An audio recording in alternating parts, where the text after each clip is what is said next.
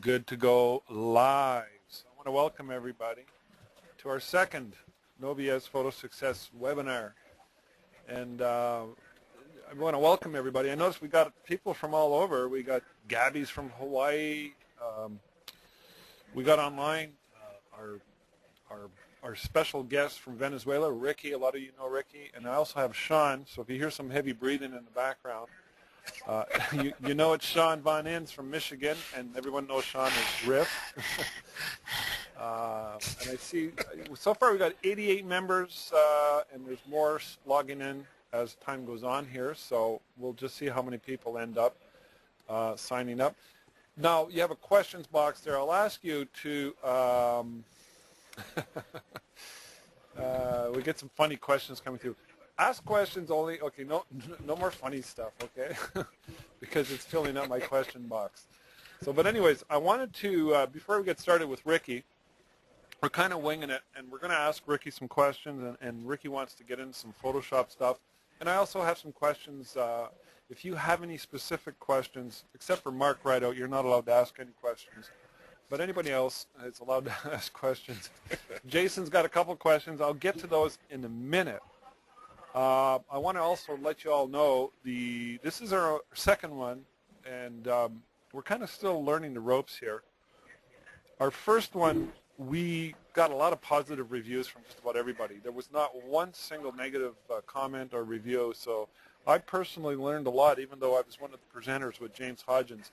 And I just find that I'm always learning stuff when I'm listening to other speakers, even if it's something I've heard before. And it seemed that everybody else felt the same way. So the seminar or the webinar from a few weeks back with James and I is in the downloads. In case you didn't know that, go into Dangerous Downloads. There's a new category in there called webinars. And, you know, you can go watch it. That one there is almost 2 hours long. So anyways, we're going to carry on here. Ricky, how are you? Pretty good. Pretty good. Doing good. Your wife's going to come back and sing for us later? No, I don't think so. No, okay. She's too shy. Yeah. So it's really great to have you on the webinar, and I really appreciate you taking your time. Are you nervous? A little bit. Yeah. You seemed a little nervous in the emails. I can detect these things. I detect emotions through emails.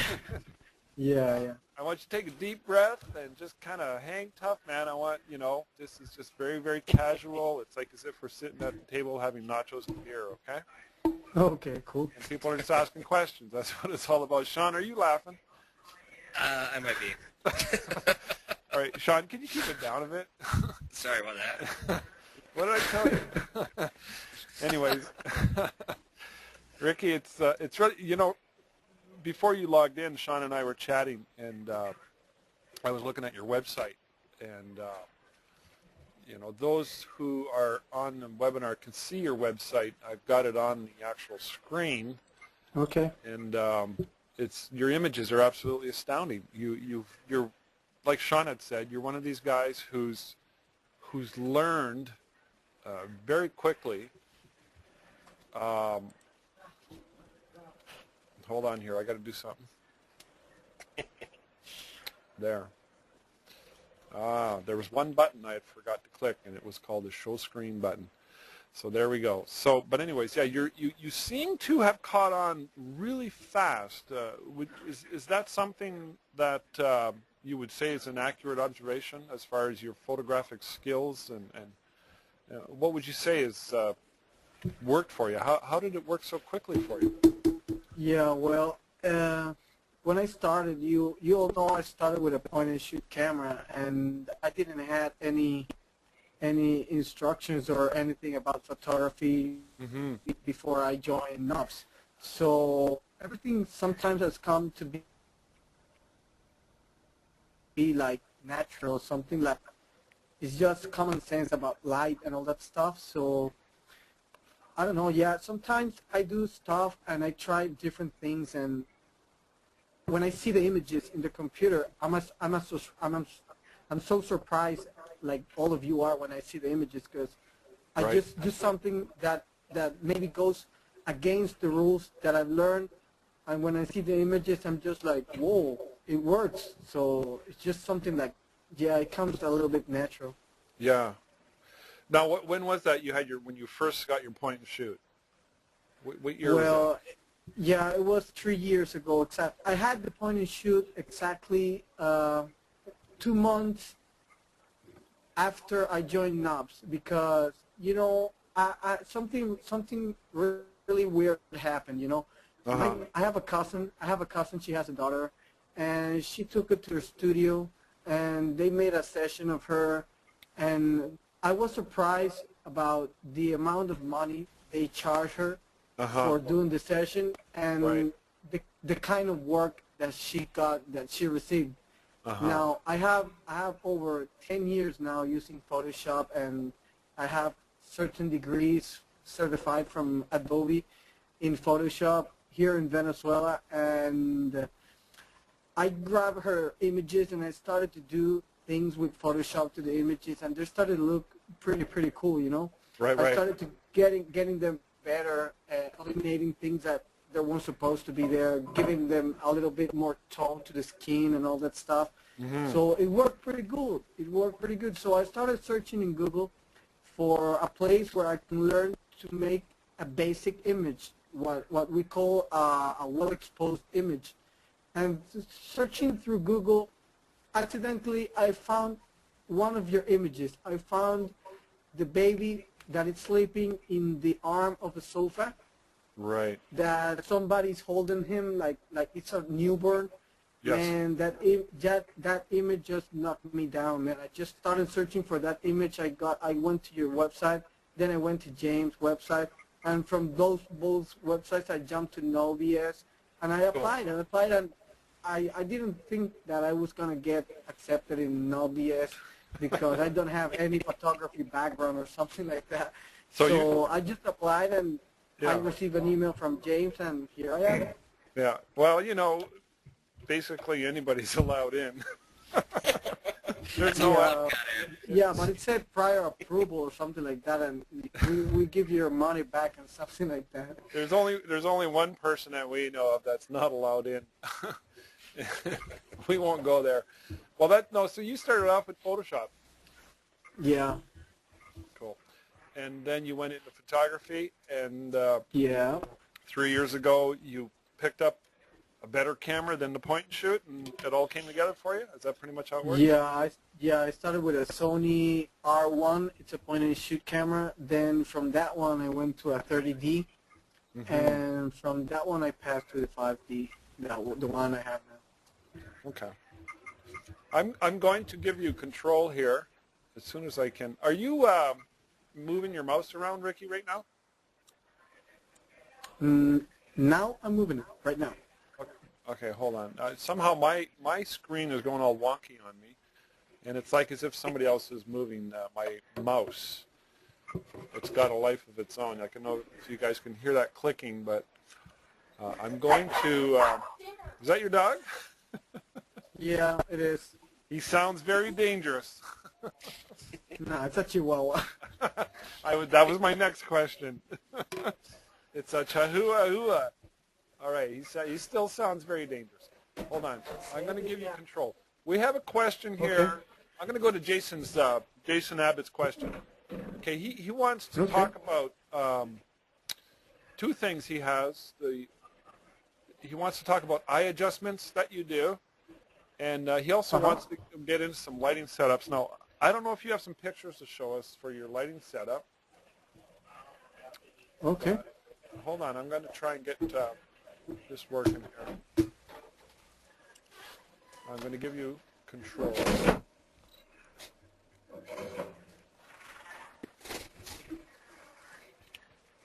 Hold on. Well, my mouse is just going crazy. There. It's just a little slow as well. Ricky, you should be showing up any second now. Hey, Yeah, I already. There you are. There it is. Can you see it? Yep. Okay, cool. Well, you said something about the eyes treatment, something like that? Yeah. Okay, well, here I have one of the images. that I could find really fast. We can see here the eyes. You can see she has little veins here. You can see she can have these little marks over here. So first of all, I just cleaned the white area. See, I just clone it to the next area there. I don't want something to be perfect, okay? So just make it a little bit more acceptable. Okay? Mm-hmm. Here you go. Okay. Then I run facial enhancements. That's an action from Craig Actions, I think. Which one is it? Facial enhancement. Let me Okay. see. You Yeah, it's predominant? from Craig. Yeah, that's the one I use mostly for the eyes. Okay. Okay. So I said we're gonna have here. Well, let me minimize the webinar stuff. There's a little arrow for you to bring it off to the side, I believe. Yeah, here it is. I can see. Okay. So we're gonna have here 4 layers. Okay, we're gonna have eye color, eye whites, eye blacks, and the teeth. Okay. Yeah. From these settings, I only use eye white and eye color. I don't touch eye blacks or teeth. Okay. Okay. So you just grab a paintbrush in white color to reveal effect, and then this one just applies it in the color of the eye like that. Right. Okay. Like that. Okay. Then I switch to the white ones. Okay. Here's what we're gonna do. As we cannot get like to these difficult corners here, I just make a big brush. Okay. And I just pass it around here, the white area of the eyes. Okay. Like this. Okay. Then I switch to black again to eliminate what I did over on it. So I just put the edge like in 30 to make it more sharp. Okay. And just go back in it like this. Just remove the excess. Hey, Ricky, can you hold for 1 sec? Sure. We don't see your mouse moving. Sean? Why not? I do not see it moving. No, I'm wondering if that's your mouse I'm seeing there, Rob. All right. Is there a mouse moving right, left, right, left? Not really. Okay, that's mine. I don't know why that is. You know what? Ricky? Tell me. Can you look on your webinar, the box thing? There might be a button there that says show my screen. You've already got that clicked on, don't you? Yeah. I'm not sure why we don't see your mouse moving. There. Can you see it there now? I see a brush over the eye. That's Maybe- what I see. Yeah, maybe you have to go a little slower. Maybe you can slow it down just a bit, and we'll see if that works. Try moving your brush right now. I'm moving it right now. Move it again. The screen went blank on me there. Yeah, I'm moving. It's not moving on this end. This is really strange. Can't hear either. Yeah. Oh, it just went black. Oh, It did here too for a second. Well, welcome to the. oh, now I see it moving. Right. I see your cursor hand thing. Yeah, I think maybe it's slow. I know there's a little lag on this webinar software, so, but it shouldn't be too bad.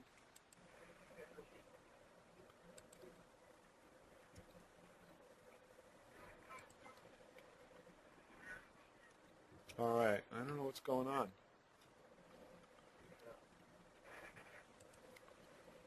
I have no idea. No lag here. So Ken Anderson says there's no lag.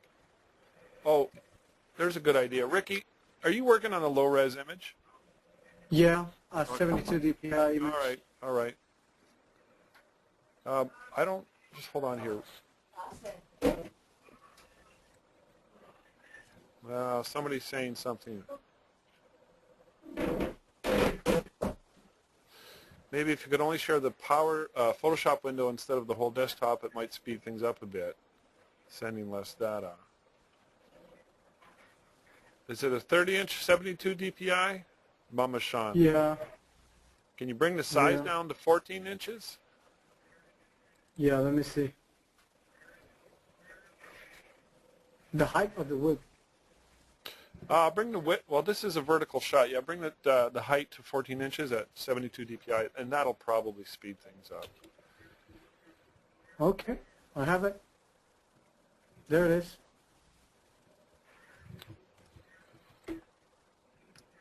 See, Can you see it now? Yeah, it just went smaller. So try that. Try zooming in and doing the workflow that you were trying to show us. Okay. We'll see. We'll see. We'll hopefully get this figured out. Okay, so I was telling you that I have the facial enhancements that came with Craig Actions, okay? Uh-huh. So I first brushed the color of the eye like this, okay? Just to bring a little bit more of light inside the eyes. Okay. Then I go to the whites and just brush the white area. Doesn't matter if I mess up a little bit. I can take it back. I just turn back the black color on the brush and remove what I did here like this. Just cleaning the eyes.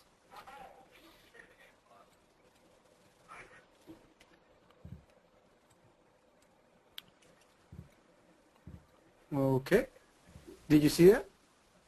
I couldn't see much of anything. There's no movement much here. How about you, Sean? Nope, not at all. Somebody wants to know what Craig's actions are. Craig's one of the vendors on NoBS.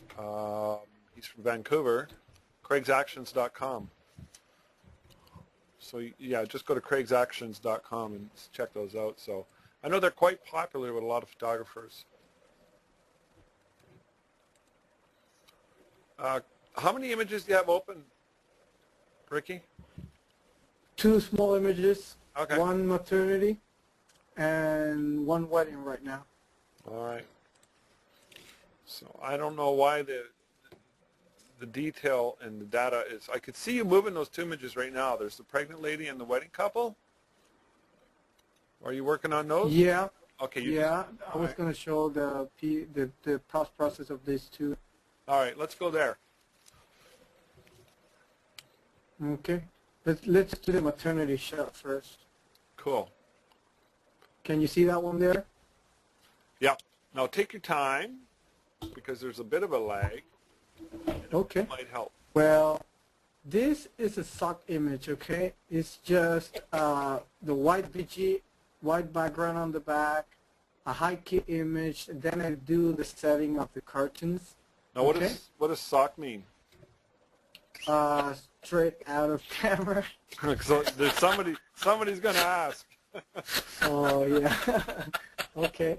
So the first thing I do is, you know, when women are pregnant, they're always concerned that they look fat and all that stuff. So the first things that I check in it are all the curves in the body for the pregnant ladies. Okay. Yeah. So when I take this arm over here, I see when she's like pressing her arms against her body, she's making like this little bump over here. Right. Okay. So I want to remove that because, you know, they're going to search for any details in the image concerning of their fatness and all that stuff. So I want to remove all that stuff so they don't focus on that stuff, just like the image in general, okay? Yeah. So I go to liquify tool, okay? And I set a big brush, okay, about, let me see, this is too big, about 145, okay? Right. Then I just push a little bit from the outside, like this, okay? And push a little bit from the inside as well, okay? Okay, go slow. Like that? Hey, Ricky, I got to ask you something. Yeah, tell me. Somebody here is suggesting that well, they went to the manual for webinar. If you plan to share your entire desktop, turn off any instant messaging applications, notification software, or other programs. Just want to check you don't have any of those open, do you, or any other programs? No. Okay, cool. No, nothing. Turn Nothing off is any open. streaming media applications. Craig, Sean, you don't have anything on? No, no. All right. I pretty much closed everything, okay? All right, cool. They're suggesting a mid-range resolution, 1024 by 768. This is see, I didn't know this. This is the optimal setting for recording the webinars. So, but you know what? It kind of seems to be working now. So, all right. You were with the ARM and Liquify. Carry on. Yeah, I already see. You can see the change now. See the change it makes Yeah. before and after. Yeah. She's pumped up. Okay. Yeah. Okay. So the process that I do for these images is pretty simple. Okay.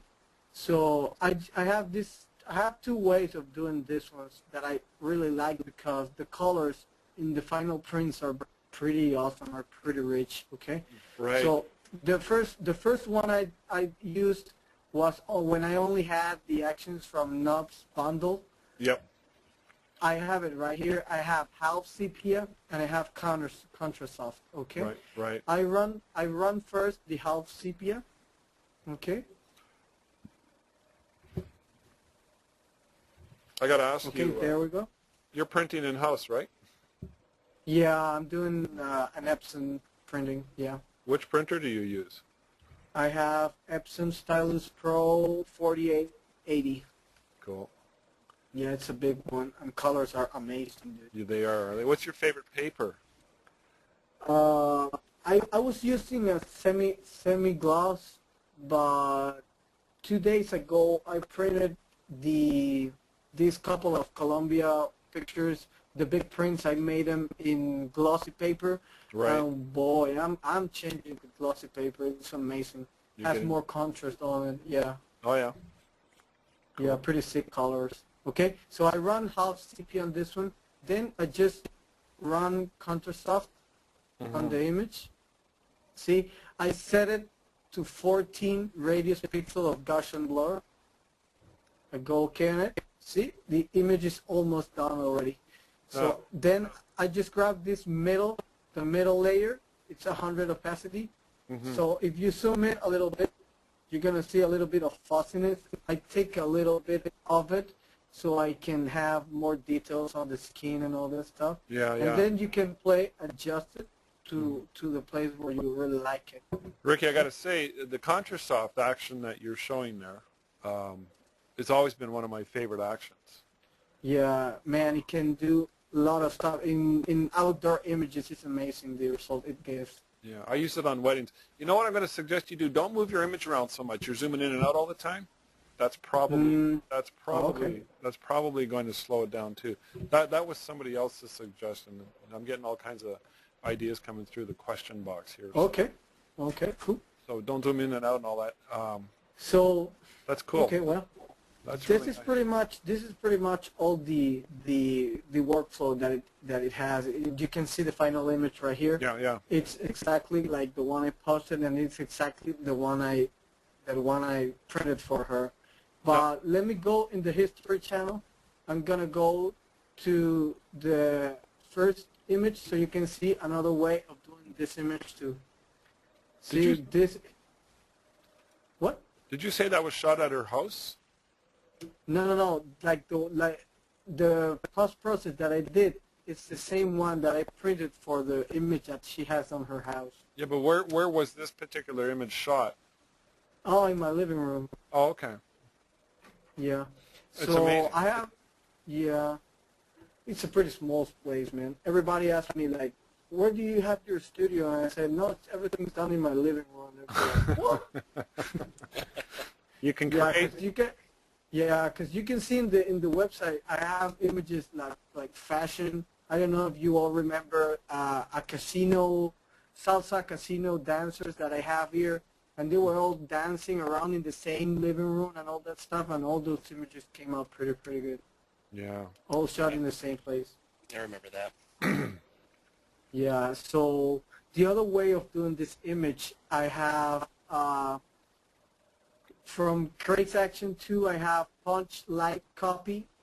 I just run that one in this one, okay? And I leave it exactly like it is. I just flatten the image, and then I run vibrant glow copy. It's the same one, same from Craig Actions 2. See, that's another PP I have for it. Wow. That's it.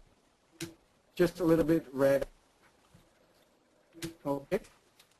So that's the workflow I do for this one. Mm-hmm.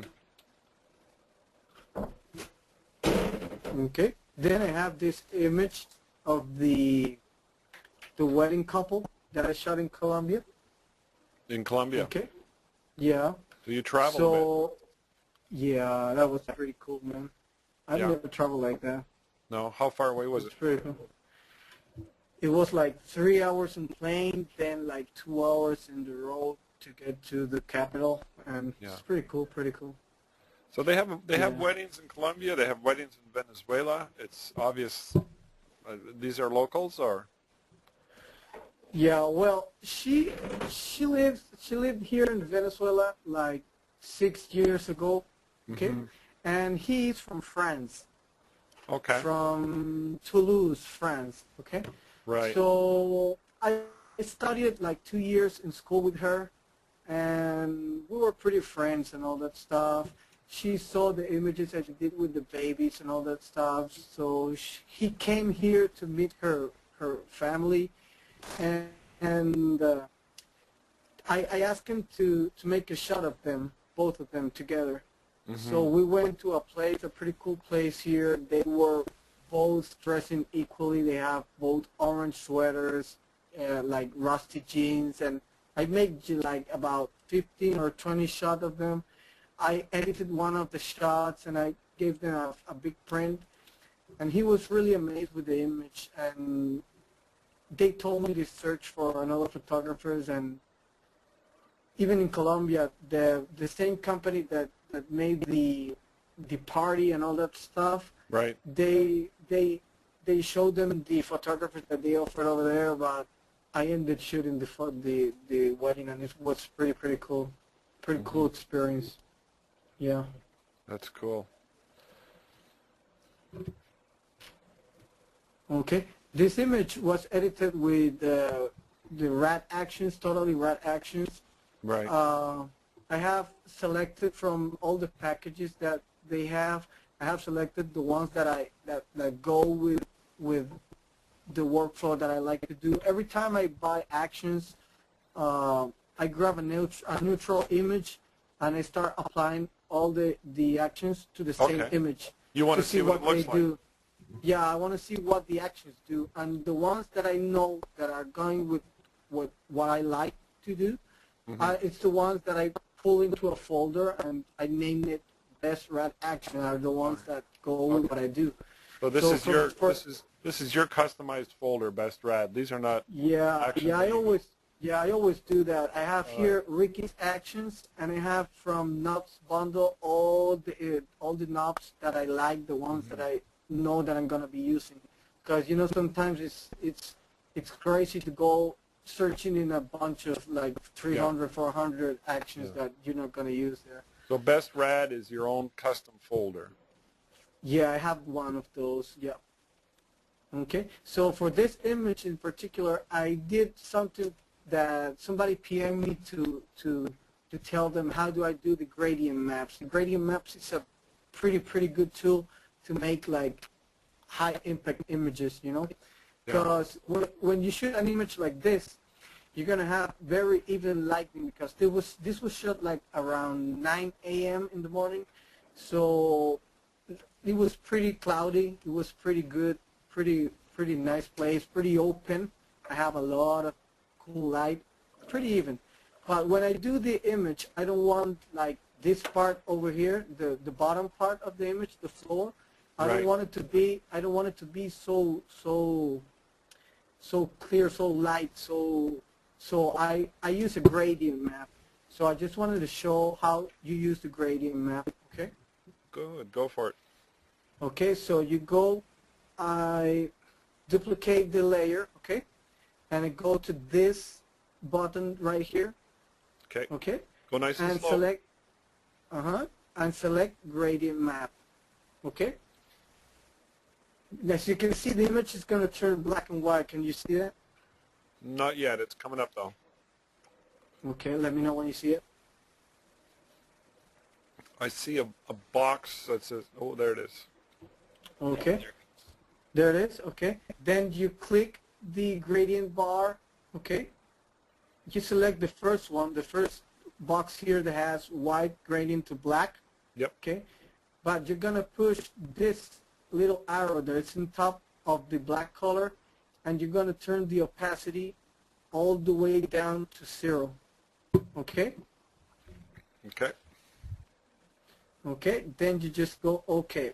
Press OK, and then you're going to change the blending mode of the layer of the gradient map to multiply. Okay. Oh, wait.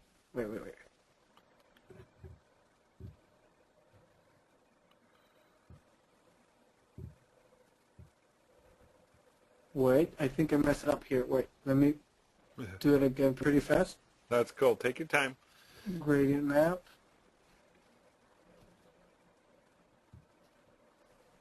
Did you have is your mind going blank? Because that happens to me a lot. Oh, there it is. I did it. No. There it is. All right. Okay, I changed the wrong one. Okay, so I went to the gradient map. Okay, Yep. I selected black and white color, and the black color I turned the opacity off. Now you're gonna see the image. The image has gone pretty dark. Can you see that? Yep. Okay, I changed the blending mode to multiply. Now what I'm gonna do, I'm gonna grab gradient tool over here. Okay, and I'm gonna do a straight line from the top to the bottom of the image.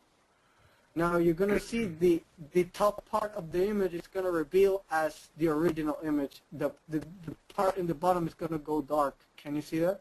Where did you figure this out? I Came to told you in you, I a have dream? no, I have around 10 to 12 years using Photoshop already. Okay. So you were in Photoshop years before you got into photography. Yeah, because I was a graphic designer first too. Okay. That was my next question. Cool. Okay, so now you can see here in this image that the bottom has gone a little bit darker, okay? Yep. So, but I don't want this gradient map to make any change on the couple.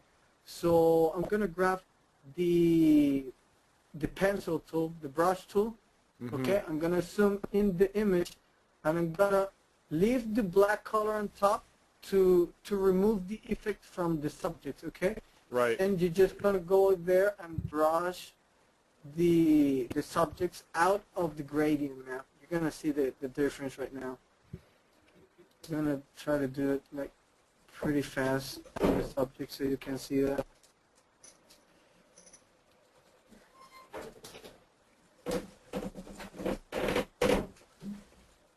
Okay, here we go. Can you see the effect being removed from the subjects? Yeah. You gotta. There's a little lag time there, but it's working. It's working. Okay. Sean, can you see it? Yep. Cool. See, I leave it like that, okay? I'm gonna push invisible layer so you can see the difference of the image. Can you see that? Okay, hold on. Right, there's before. And after, can you see that? Go after. Yep. So it's bringing a gradual, almost a shadowing effect in the background. Is that Yeah. correct? Which is To going the bottom, yeah, to the bottom of the image. That's what we want, yeah. and it seems that allows obviously for the couple to pop out more. Yeah. Which yep. is your It's goal. gonna bring them. Yeah, it's gonna be like they had more light than Yeah. the background. So, That is a really cool effect. yeah. You would only work on certain images. You would only apply that strategy on certain images, wouldn't you? Well, I have been doing, you know, the last shots of the babies with the hat and the flowers on the hat. Mm-hmm. I have applied that effect to those images because they bring something surreal. You know, Yeah. you're playing with your mind when you do that because it's not possible to have so many light in the subject Yeah. and have so less light in the background. But it So works. it just makes, yeah, it works. It makes a pretty cool effect though. Ricky, you're messing with my mind. Yeah. This is cool. Well, Can you show us some of those images that you're making reference to just now? The babies? which one? The babies? Yeah. Here, let me Do you show. have them handy, or Yeah, I can search for one of those. Wait. just grab one? Está en español. ¿Cómo está usted? Esta noche en el webinar No BS Photo Success. Ricky, you speak Spanish and English. Yep. Do you speak any other languages? Not that I know. Just when you sleepwalk, you break out into Parisian French, and it's like, where does that come from? Yeah. I wanted to talk about your lighting later too. Not right now, but we'll get through the Photoshop stuff. Okay, cool. See this one over here. See, Oh, this yeah. one. This one I did yesterday. All right. Here it is. Nice. Can you see that one there? It's coming. Wait for it. Wait for it. There it is. You see that? Okay. Now that technique you just showed us, you used on this little baby. Yeah, I applied it here because all this floor down here, it's exactly like this color over here. Like You darkened it up. Yeah, it darkens, but it darkens pretty even. It's pretty cool. Yeah. That's amazing. Is that in your house? Yep, two. Okay. That's a fake living room I have. Fake living room is set up I have. So you don't need one of them there big fancy studios. Negative. Well, that's true. I always like to clarify that and remind people of that for those who are stuck in that got to get a studio and that'll make me successful mentality. It's totally not true. Yeah. You can learn to Yeah. shoot in any situation as long as you get the fundamentals down, the lighting, the composition, and obviously some cool kick butt Photoshop tutorials. I will confess to you, I sort of got lost halfway through. I don't know if it's possible, or if I'm pushing my luck here, or if people are going to curse me. Can you go through it real quick again, just one more time? Go where? Go through that technique again. Sean, did you get that? Oh, the gradient map? Yeah, or let me ask Sean. Sean, did you get it? I missed what he did when he went right to the gradient map itself. Okay. He clicked on one of the sliders and put the Okay. opacity to 0. I asked Okay, Sean. here- I asked Sean I'm- because I'm Sean never misses anything. Sean is like the eagle eye, and he's got a memory that's just like so. Yeah, my I'm- wife loves that too. Yeah. Any Okay. trivia question you ask Sean, he's just a walking encyclopedia. Yeah, can we do that, Ricky? Are you okay? Yeah, with yeah, that? yeah. I'm in the stock image again. Can you see that one again? Yeah. Yep. It's because I think what you're doing is really cool, and I just want to see this. Okay. Okay, I go again here. I select gradient map again. Okay. All right. Okay, I click on the gradient line over here to bring the gradient editor up. Okay. Yeah. I select the black and white. Okay. And I grab the top slider of the white color and I turn the opacity off. Okay. Mm-hmm. I click OK and then close the panel of the gradient map. It's going to have a black and white image. So just clicking on that slider, that made it go from the black to the white. No, it's gonna make it when you have black and white. You know that when you go to multiply, the color white is gonna be like invisible. It's gonna have like low opacity. So Right. when you eliminate the opacity of the color white, you're gonna make the when you change this to multiply, that everything's going dark. The parts that are highlighted, like the forehead and the dress and all that stuff, is gonna have less effect. Can you see that? Yeah, I guess. The columns have more dark than the dress itself. Yeah, I think what I'm asking about was the screen before when you had the gradient map up, and you clicked on that slider, and because of the lag, I couldn't see it right away. So it was before you switched it to multiply mode. Okay. Yeah, it was on that screen when you first created the gradient map. Okay. Then you, Here it yeah, is. see, it hasn't showed up on my screen yet. Here, Yeah. gradient editor. Yeah, what is it? What happens when you click on that slider there? What does that do? This one, Yeah. it's gonna let you. I mean, everything here, all these four corners here, they all have like properties. Okay. So if you click this one, it's gonna let you change the color of it. You can change it to the foreground, background, or any color that you want. Okay.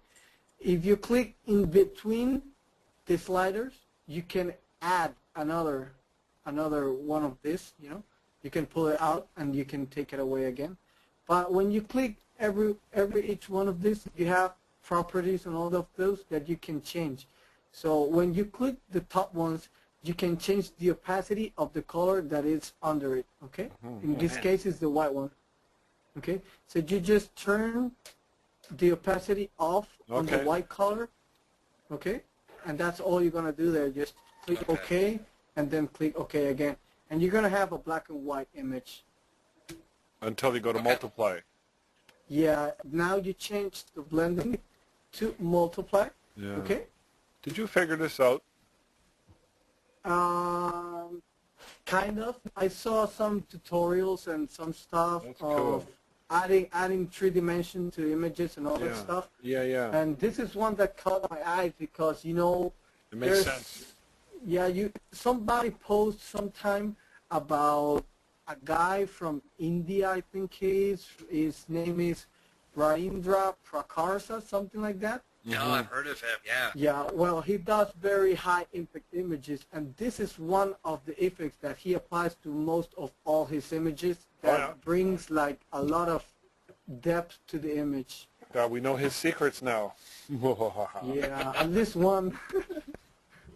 Okay, so when you have this layer here, okay, you grab the gradient tool, okay, and you just make a line. I press shift to make the line pretty straight down, okay? And then just let it go. It's gonna reveal the effect, and it's gonna go clear on the top, and it's gonna be dark in the bottom. Cruel. Then I grab the brush tool and just clean the image a little bit to remove the effect from the subjects. Ricky, do you use a Wacom tablet? Yeah, I have an Intuos 9 by 12, I think, or 11, 9 by 11. I can hear it. 9 by 11, I think so. An Intuos. Somebody's asking if this could be made into an action, and I think it can be. What do you think, Sean? It can be done, but to the point where you have to brush and remove it from the subjects. Yeah, it can be done to an action. Yeah. So Cindy Schaefer's asking, so is it changing the gradient to black to transparent rather than black to white? No. When you take the opacity of the white, what Yeah. it's going to do is the effect in the highlight areas is going to be less effective. Yeah. Otherwise, you're going to have to brush pretty good because the effect is going to go dark. All the image, all the whites and all the stuff is going to go completely dark. Debbie's asking, which bar did he pick to lower the opacity on? And I believe it was, you picked the actual corner, top right corner, right? That little mark? Yeah, top right corner. Yeah, because the bottom sliders are the sliders for the colors of the gradients, and the top sliders are for the opacity of each one. So as soon as you as soon as you selected that marker, the opacity slider popped up, and then you just dropped it from there. Yeah. You just open that pop-up and drop it at 0. So Robert Bossinger. Oh no, we're not going to talk to Robert. Never mind, Robert. No, Robert Bossinger wants to know. So the white on the images is not affected. It's affected, but less than the dark areas. Okay. And now Garth Wunsch is saying this gradient map tool is well documented in where, Garth? So does he add any other effects to this? Ken Anderson wants to know, do you add any other effects to this? But maybe we'll let you finish that off as we continue on. Yeah, to finish this image, okay? Yeah. Can I keep going? Can I keep going right now already? You're on, man. Okay. So I have the totally red actions that are pretty new. So there are 2 of them that caught my attention because if you've seen my images, I like bunch of color, and I like warm images, not cold images. So accidentally, this action is called Warm It Up Crisp. So I just grabbed this image and applied that action from Totally Red, and it gave. Can you see that? Can you see that now? Can you see how it changed to the yellow? Yep. There it goes. See, it's starting to change. You see that? So that's pretty awesome, man. That effect is pretty cool. That color, it cuts my eye. I love orange, man. So I just flattened the image again on this image, okay? So now I grab the oval tool and I make a selection around the couple, okay? All right. Then I feather the selection. I press Control-A-D. Control-A-D, and it brings the feather selection up. That's your shortcut. Yep. Control-A-D, and I set it to the maximum. It's 250 pixels to make it pretty even, the gradient to the sides. Okay? That's high. That's pretty high, isn't it? Yeah. You're going right up I don't there. know. I don't know if it's gonna work in this image because it's a low-res image. Let me see. For those who don't know where the feather tool is, I think it's under No. filter. Yeah, it's well, you make the selection first. Yeah. Okay. It's under You select. make the Under selection. select, You go to select. You go to modify. No. You go to It's under. Try. yeah. Modify, and you go here in feather. Oh, there it is. Okay. Let's put 100 because it's a low-res image. I figured that's There what was you going go. on. Okay, now you go again to select and you go to inverse. Okay? Yep. Then I press Control M. That brings the curves Mm-hmm. up, okay? Then grab the middle of the slider and start dropping it down till a point you like the image to be dark in the edges, okay? Mm-hmm. This is Okay. this is a good old-fashioned Photoshop technique that's been around a while. Yeah, I think it was one of the first ones I learned. It's so cool. yeah. It's made to bring the center to the image, It to really the subject. works. It works so Yeah, well. but what I do with this is I do first one in the center of the couple, then I do one in the center of the image, completely image. I grab Oh, yeah. from one corner to the other corner exactly, very round one. Okay, do the same thing. Control Alt D. Feather the selection by 100 pixels again. Go to select inverse again. Mm-hmm. Okay. Press Control M to bring the curves again, and now do the same thing, but it's gonna be just in the corners, not with the subject. See? That's So- getting better there. Okay. Yeah. Then I tried adding the antique tone from Totally Red Actions too. Okay, it's gonna go like a little bit red orange again, the image. Ricky, Yeah, I tell want to me. clarify those actions. I'm so confused. Totally Rad is by who? Uh, I think it's called like that, Totally Red Actions. Okay. I think Yeah. it's, I never I heard of think them the before. website, I think the website is, wait, let me see.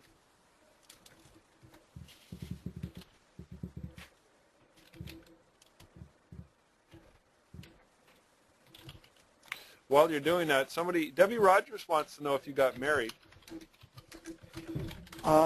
Exactly the 31 of February, I got engaged. Oh, Yeah, it's pretty cool. that's, Yeah. 31st of February. The 31st of January. January. Okay. well, congratulations. When's the date? Well, I have to say something funny, but I need a photographer down here for that. All right. So- All the hands just went up. Dibs. Yeah, I need a photographer down here to do Well, the if you- session because it's gonna be hard for me to shoot my own pictures, you know. No kidding. If you just invite all the No BS members, we'll get a few down there. Yeah, I think I'll do that. Martha. So I can. Martha says hi from Mexico. Jason Abbott says he's got his Kleenex in hand. If anybody was at the Inferno, Jason is he's the big burly Texas cop who cries a lot. He gets very emotional. Officer Oh, Crybaby. okay. And my cousin Mike says, "Hey Riff, I'm here. Tell Dan." And Michael Roop wants to know if everybody is on listen only. Some of you don't have sound. I don't know why that is. Allison's that asking. sucks. Allison has really weird questions, so we're not going to go there, Allison. She's a really weird girl. Oh, she is. You ever get stuck with her in an elevator with a crowd of strangers in Las Vegas? It's so funny. Yeah. Okay. So, hey, Rob, have you? A lot of people have seen that in my images. I do dodge and burning. Yeah. Okay. Well, actually, it's not like dodge and burning itself because if you grab the dodge tool and you dodge the image and you burn it again, you're not gonna be able to control what you did there. Because if you go like, if you're doing it with the tablet and you do like 30 clicks or 50 clicks more, something like that, you're not Right. gonna be able to go all the way back to those. So I wanted to show that. Let me show it in the other image. It's gonna be easier for you guys to appreciate it. Okay, cool. Let me bring this image up. I really like these techniques, and I want to see, like you do this to your baby images too. You were saying, right? Yep, every single one. Somebody mentioned that Totally Rad is from Kevin Kubota. Oh, I didn't know that. I didn't know Yeah, that. Kubota Well, image tools. That's what Yeah. Gretchen is saying. Gretchen Birdwell. Okay, so here's the image of a lady I shot the other day. I'm gonna show you how I do the dodge and burning. The best way I have found to do it because you can go back and redo it or do more, take less, you know. Yeah. So what I do here is I go to the same button where we get the gradient map, okay? Yeah. And we're gonna add a curves layer, okay? We're gonna bring up here the curves layer. We're gonna do a highlights layer. You just grab the middle of the slider and you push it up, okay? You're gonna see the image go a lot brighter, okay? Okay. You click OK, then you see the layer is filled with white. It's because the effect is revealed. So we're gonna fill it with black, so the effect is hidden again. Okay. Gotcha. And then we're gonna do the same thing, but we're gonna add another curves layer, but for the dark. Okay. You can see the image go dark there. Yeah. Okay, so one of the best things of doing it this way, you fill it with black too to hide the effect again. one of the good things to do that is when you dodge and burn, you don't control the pressure and all that stuff. So maybe when you see the image, you're going to see a spot that is going to be a little bit like dodge and a spot that's going to be a little bit more burn, okay? So what we're going to do now, we're going to do the revealing on the highlights effect, okay? We grab the brush tool. We make a pretty decent size for it, okay? And we're going to start with paint with the white to reveal the effect, and we're just going to see that. Yeah. Can you see that in the forehead? It's revealing only the forehead? Yeah. Did you see that? Now we do it in the cheek, one cheek, then we do it on the other cheek. Okay, go slow. Then we, yeah, I'm doing it slow. Then you do it in the chin again. Okay. Oh, Then yeah. we move down to the neck. So you're bringing out some natural highlights in the skin. Exactly, because how you did the layer, the highlight layer, and you do it gradually because you're grabbing the slider by the middle. It's going to be very natural. It's not going to have patches. It's not going to have like a little bit more dodge or a little bit less. Yeah. Okay? Yeah. So once you do this, you just need to know where the light comes from and start revealing the highlights parts in the image. Yeah. Okay? I do this with the highlights first, and then I'm going to turn it off and on so you can see before and after. Can you see that? Yeah, it's coming, it's coming. Wait for it. Do it again. There. There, yeah. Do it again. Can you see that? Do it again. Okay. Do it again. And now we're gonna reveal the dark areas or the, see, we just go over here, the top, go all the way in the dark areas. You're brushing, right? Yep, I'm passing it through the dark areas of the image. On that curves adjustment layer. Yep, exactly. Those are curves adjustment layers, right? Yeah, and the cool thing is that as they're layers, you're not like damaging the image. Yeah. If you see that maybe the highlights are too much, you can just double click the curves icon and you can drop the slider down again or maybe push it up again. Yeah. You see? So that's what I basically do to all my images. But here's one thing. When I do these images and when I do the step of this, what I call dodge and burn, that it's just only these curves adjustments, I don't like the very hard transition between the highlights and the dark areas, okay? Yeah.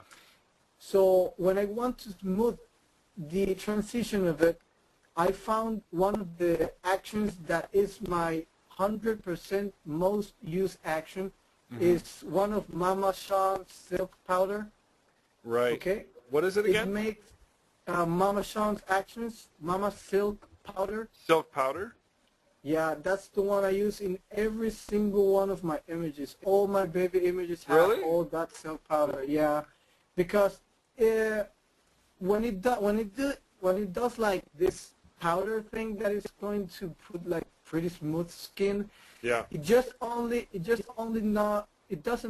make the skin smooth. When you zoom in the image, you can see like little red spots and little patches that are natural on her skin.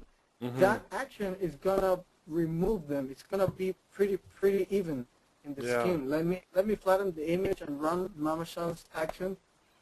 Well, you're doing that. I get a lot of people telling me that Totally Rad is not Kevin Kubota. It comes from this website, gettotallyrad.com.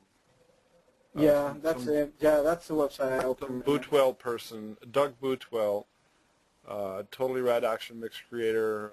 Apparently he has some good tutorials too. Duncan wants to know if you can run through all that again. I don't know. And Josh Berry is asking the same thing. if you can just do it a little slower. Carrie Sure. Allen. Hey, Carrie. I see Carrie from Phoenix asking, how is he making the layers, curves go black? Okay. Don't know what he's asking. Yeah, okay, here it is. Let me do it again. I have here the curves open, okay? I went to the stock image again. I just hold the slider a little bit higher, okay, from the middle to make a highlight, okay? Then just make a little click in the white icon on the curves layer. Then select if the color black is in the back over here, you press Control Backspace, and if you want to fill it with the color on top, you press Alt Backspace. All right. Okay. If anybody's missing this, he's using a layer mask. White reveals, black conceals. I didn't know that was a layer mask. Yes. I thought it was Yeah, an it's a adjustment layer layer. mask. Gotcha. Okay. So I'm gonna fill it with black. So I have black in my foreground color, background color. I'm gonna press Control Backspace, and it's gonna hide the effect again. Okay. Black conceals. And I want to Yeah. remind everybody that this is being recorded, so you can easily go back and review it later in the forum. So Okay. Kathy White is saying slow. This is great stuff. You're awesome, Ricky. Kelly is saying you're awesome, Ricky. This is great stuff from Josh. Thank you. Just a minute here. What file format are these? Are all JPEGs, right? Yeah, Apex. What rad? Okay, I think. And Okay, this so what- image, if you can see Good, we the got eyes, if you can see the eyes, the catch lights in the eyes, Yeah. this image was on with only the build dish, and the reflector is placed under her hands. You can see here the silver Yeah. on the bottom. Yeah. She was like standing on top of the reflector. That's the only things we use here. And a light on the BG. Your on the beauty background. dish. Do you have a picture of that Yep. beauty dish? I think I do. Let me pull it out. Now I want to talk about your lighting because you got a really unique lighting. I don't know if you invented it yourself or if you found it somewhere else or what, but it's kind of cool where you're doing form fill, where you have the large fill light and then you have the main light Yeah. directly in front of it. They typically Yep. call that form fill. And when I saw it in the forum, I was totally intrigued, and I thought, you know what? Wouldn't it be cool if somebody invented an actual? You have a 5-foot octodome, Yeah, 47 inches. and if somebody had something that mimicked that same effect as a cover over the octodome, just something Whoa. that occurred to me. You know, so Octodome. octodome. So you know how you got your beauty dish. You have to move the beauty dish. If you're going to move your lights, you've got two lights to contend with, right? Yep. And, there it is. There. Ricky, are you busy There it doing? is. Are you busy doing a lot of pictures in your area? Oh, I shoot every day, every do it? single day. Yeah, Saturdays and Sundays. I only stop Mondays because Monday's a busy day. People is doing stuff, going to Yeah. banks and all that stuff. So I took Monday off, and it's the day when I do the interviews with people to see if I can do. Well, sometimes you have some ideas, and when you actually see the baby, more ideas pop to your head to what to Right. do with that baby. You do like a consultation then. Yep, exactly. So you basically don't take any days off Nope. for now, until you For get now. married. Yeah. Venezuela, in your area, are you in the capital? Next to the capital. So- I'm like about half an hour from the capital. There's enough people there wanting to spend money and buying pictures. It's Yeah, just, I'm there's curious. 2 million people here in my city. Wow. Okay. Yeah. It's a large city, Yep. and people have money to spend on portraits, and Yep. keeping you busy. Yep. So you've There. Tell me? You've created a reputation of following. People know you're there, and your phone is ringing off the hook, I would assume. Nope, I didn't use phones for anything at all. No? I do everything through my website. Yeah. Oh, I do okay. all the things I do it from the website. I receive emails from the website, Okay. and because I'm a pretty bad seller. Right. I won't even sell you a Diet Coke, man. I swear it. I'm a pretty bad. Yeah, I'm pretty bad at it. So you keep it all I don't- online. Yeah, I avoid talking to people because sometimes I know a lot of people too, and it's kind of like boring to hear people like, "Hey, can you do me for less money and all that Yeah, stuff?" yeah. So Yeah. yeah, and it People gets don't pull pretty that on boring. you, do they? Yeah, it gets pretty boring. So I just do it through the website. Yeah. It's pretty much like if you like what you see, that's what you're gonna get. So I post the images there, pretty cool images, and I just received emails to verify the first meeting with clients. So if you read Spanish and you go to my website, it says that what the packages are, the amount of pictures you're going to receive, the big print, the size of the big print. I do something that I don't think you guys do. I think that you guys don't give the digital files to the clients. Mm-hmm. I do give the digital files for the clients. And the reason I do that is because printing here is pretty cheap. I mean, like an 8 by 12 inches images is like 5 cents or 10 cents of a dollar. Wow. So I prefer to be busy in the studio shooting another client than going out to the lab to make prints for you that I'm going to do like $1 or $2 or $3. So it's better to keep shooting in the studio. I just give them the files, and they go and do prints again and give to the family. Everybody's happy, and I just keep shooting in the studio. That's certainly a controversial topic, and I'm not gonna argue with you on it. And if it's working for you, it's working for you. The big picture being for you, you're busy and you're making enough money doing something you love, right? Yeah. And all is good. Ricky, Yeah. do you charge a really large session fee then? Well, I'm gonna turn it into dollars right now. Let me see. Okay. It's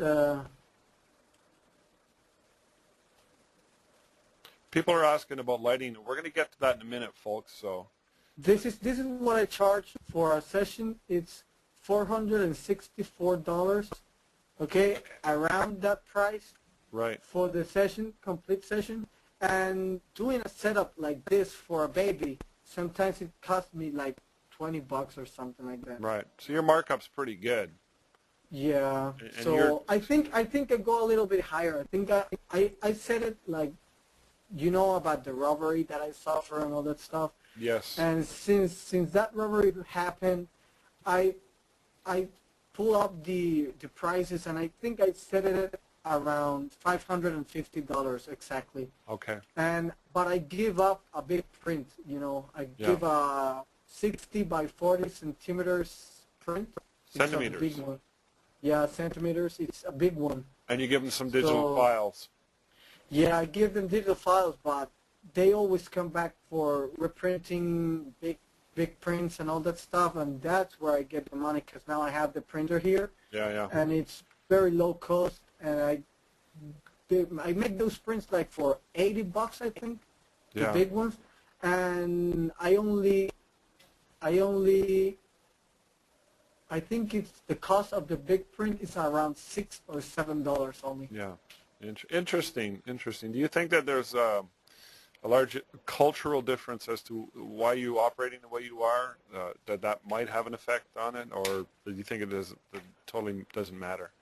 Are there photographers in your area doing it completely different? Yeah. They work pretty different here. The other day, I was talking to a client, and she told me that one of the other photographers, the one I have posted, that he really hates me. Yeah.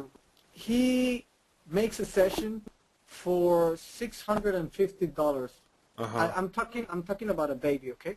Right. He makes only 35 captures, okay? Right. From those 35 captures, you have to pick 10 images, Yeah. and you have to pay for each size of one of those prints. If you want them like 6x4, or if you want them like 8x12, then Yeah. you have to pay extra.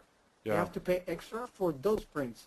Yeah. So that I'm not pretty good with that, because what happens if in those 35 images there's nothing you like there? Yeah. The baby didn't laugh, the baby didn't have a good mood, or something like that. Is that So- photographer as good as you are? I'm You're not gonna say. you're I'm pretty not gonna say he's. I'm not gonna say he's good or he's bad, man. you're pretty I just good. know that I'm doing something different, man.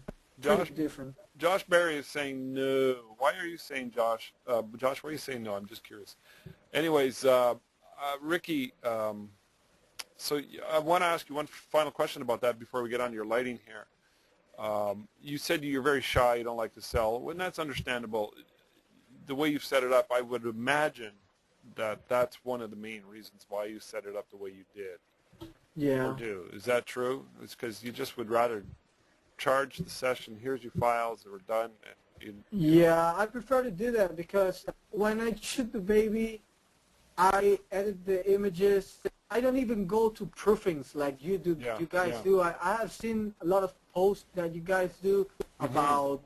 about like big screens to make proof and all Yeah. that stuff, and I don't even do that Yeah. because when we see the images, we see a well lit image yeah, with a good shadow, the nose shadow between the lip and the Yeah. nose, and the catch light like at 1 o'clock and all that stuff. Now Uh-huh. that's the image that I want them to have. I don't want a 3-month baby laughing or maybe having those expressions like curiosity and all that stuff. Yeah. That's what makes an image better for me, not You- the baby laughing and all that yeah, stuff. I hear you. You want something that has a real, genuine Have expression. feeling. Yeah, it has a feeling. When you see the image, it has a feeling. Like the one when I jumped knobs, the one I found, the one you did, man, that image. I have to do that image one day. Yeah. One more question. How many images do you give them on the CD? I have a memory, Compact Flash memory, 1 gigabyte. No, how many images do they get? The edited ones, Yeah, the clients. around 25 images. Okay, cool. Okay. Let's talk about. And the entire session goes in SOC 2. Pardon me? I put in a separate folder all the original files too, Oh, okay. the SOC files. Yeah. I think Mark Rideout, I don't know if you're still online, but Mark, you kind of do that similar approach, but only with your weddings.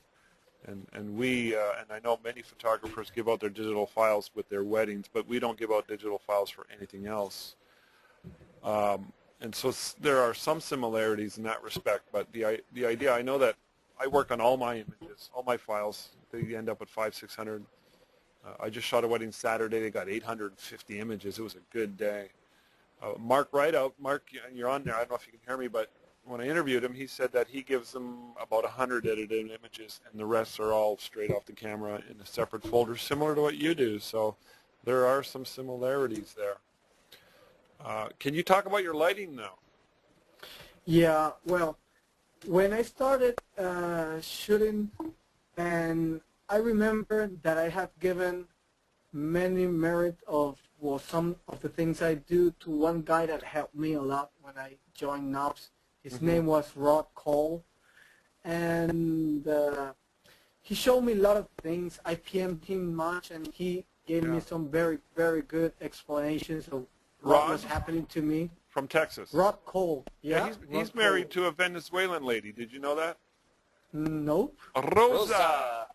Oh my Rosa. God. No, I didn't know that. Yeah. That's really cool. Rod and You I have have good taste. Rod and I have spent many, many nights smoking cigars down in the Dominican Republic, and Rosa was always in the background, arms crossed, not happy about that. I know Rod very well. He's a good man. Yeah, Interesting character. Rosa. Yeah. Hey, wait a minute. Can Sean, can you mimic Rosa? James, my special boy. She loves James, and that's what she says. It's my special boy. My special boy. Anyways, cool. sorry to get off track. Yeah, she's from Venezuela. So, anyways, just wanted to mention that little bit of side trivia. Carry on. Okay. So when I started this photography stuff, you guys know that I have been pulled more into the commercial side of photography. I mean, the commercial look of the image. Like, I want people to say, like, they look like magazine pictures or something like that. I like always to take the image a little bit further, not just leave it like a plain picture, okay? Mm-hmm. So when I started all this, and Rod was teaching me about the light meter, calibrating the camera, that recently we have a pretty large discussion on Nob's portraits in a thread there about light meters, calibration, and all that stuff. Yeah. When I understood all that, I was getting in trouble because I started with continuous light softboxes, 22 inches continuous light. Explain And continuous for those who don't know what that means. It's not a flashlight. It's like all the time on, and that's the light you're gonna get. You're not gonna get like a flash or something like that. It's just hot lights. Were those lights. fluorescents? Nope, just yellow ones. Okay. JTL, I think. So I was getting those images. I had to. They don't give too much power, you know. Oh, I couldn't get more than f5.6, and I was already trying to burn my girlfriend's face because it was so near. So I always get those hot spots in the face, in the cheeks, in the nose, and all that stuff. So he started teaching me about the calibration. I wasn't having a calibration reading, and when I got a calibration reading, I heard about the beauty dish, that it's bounce light. It's not like the softbox light. And when I used for the first time the beauty dish, I ordered it, I used it, and bounce light doesn't even give you the hot spots, okay? You can aim the beauty dish straight to the subject, to the face, and it's not gonna make any hot spots on the face, okay? So, but when I did that, I saw that the shadows that the beauty dish gives, sometimes it's a little bit hard for a baby face. So I needed to soften it a little bit. So I read and I saw some of Dave Hill's behind the scenes, and he was using the beauty dish straight, and he was using a big octodome placed very, very high to make a feel to. So I was wondering, I tried it. I played a doll I have. I shot first with the beauty dish only, then I shot with the octodome, and the difference between the shadows, it's amazing. It's very, very soft. If you see right here in this image, if you see, the shadows are very gradient, are very soft. You see the transition of the, if I only use the beauty dish, it's going to be dark right here. Everything here is going to be really, really dark in this arm over here. So it was a way to make it a little bit soft. So, and I don't have to lose any power, you know. I don't have to force my light because the beauty dish is aimed straight to the subject, and the octodome can be set straight to the subject too, because the main light is always set to f7.1, okay, and it's measured alone, f7.1. Then I use the octodome and measure the octodome alone for f4.0. Then when you turn both together, you're gonna get f8, and that's the main aperture that I use for Yeah. trimming. So you got about a stop and a half Yep, it's stop that- and a half, exactly. Stop and a half. Yep. between that beauty dish and that Yep. Octodome. How big is that beauty dish? Somebody's asking. 22 inches. It's from Alien Beast. It's from Alien Bees. Okay. Do you remember how much Yep. you paid for it? Do I remember what? How much you paid for it? I think it was $120, I think. Okay. Hey, everybody's Okay. going to be going out and buying one now. You realize that? You started the trend. Well, after I started playing with this stuff, somebody posted about Joey Lawrence's work, Yeah. and I started seeing his work too, and Yeah. one of his main lights is a beauty dish. Yeah. So I was following the trip that he made to Ethiopia right Yeah. now. He Yeah. posted some pretty sick images, and most of all these images were shot with a beauty dish Yeah. and a grid. He's using a grid too that comes for the beauty dish. Yeah. But the thing is that it really makes a pretty good effect on the skin.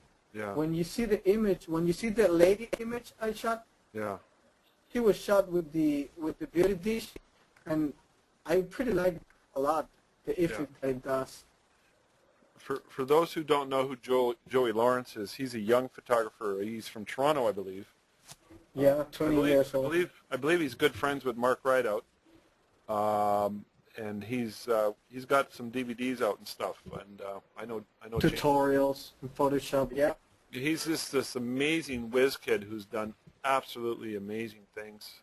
Shoots a lot of rock bands and movie stars now, and he's only like 19 years old. But his 20 years old already, yeah. his work is absolutely amazing. So yeah, somebody's asking if you're saying beauty dish. Now, there. So Ernie from saying that Joey is from Lindsay. I think Lindsay is the same town that Mark Rideout's from. Can you, for those who don't know, just point out which is your beauty dish on the right there and which is your Octodome, just in case some people Okay. don't know. This one over here,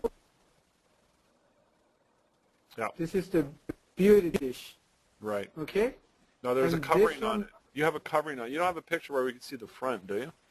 Yeah, oh, I don't have that one right now. Because I did a hard drive cleanup and I erased a lot of files. Okay, well, it's on the Alien Bee website anyways. Yeah, that's a, wait, let me go back to Photoshop. That's the sock, I think they call it, socket. Right? It's a diffusion sock. Yeah, that's the name of it. Diffusion sock. Okay, just place it on top of it, and it's a cover like the ones the softbox have. Cool. Okay. So I just placed this kicker over here in the back. It's set, I think it's one stop under the main light. Main light would be F8 together. This is F5.6 in the back. Okay. And the background light that is placed in the floor, you can see the cord over here. It's behind the pot. It's set at F5.6 too. Okay. Okay. The reflector panels just to bounce a little bit of light off because they're pretty down on the floor. Okay. You use a reflector all the time? 22 inches, yeah. This one over here. So your kicker light back there is about a full stop less than the main. Yep. Exactly. Gotcha. Cool. Okay. That's the very common lighting setup that I used all the time. For babies and fashion too. Somebody's saying, Chastity Blackwell is saying she has an AB ring flash and seems to be getting some of the same results as the beauty dish effect. Just want to let you all know that. Yes, I have one too, but the thing with the ring flash is that I don't want that dark shadow behind it, you know, the one that ring flash does, because it's not gonna be like pretty. to see like dark glowing around the baby. Uh-huh. But the other thing is that I'm shooting the baby and I'm almost shooting near the floor. So sometimes I hit the floor if I use the ring flash in front of the camera.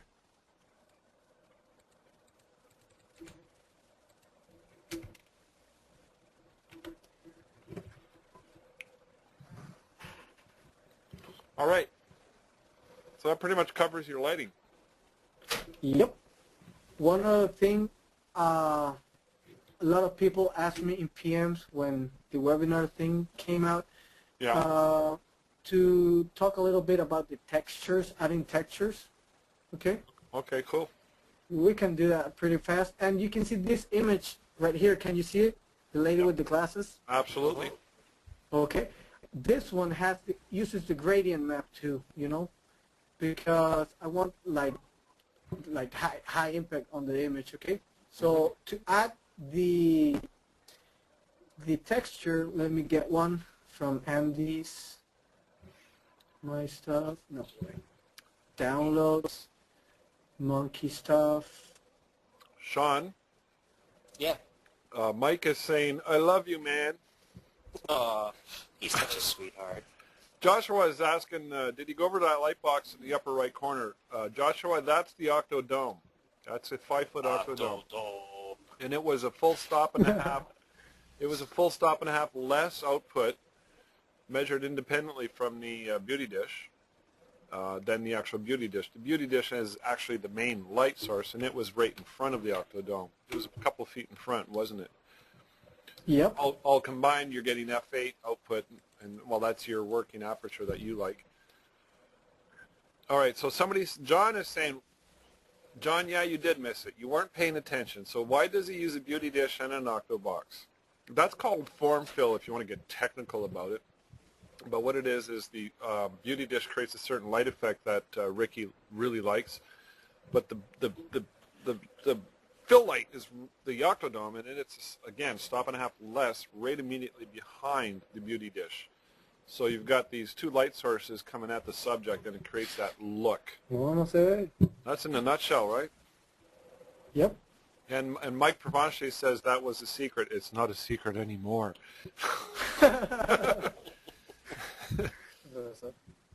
Okay. I hope that answers your question, John. Yeah.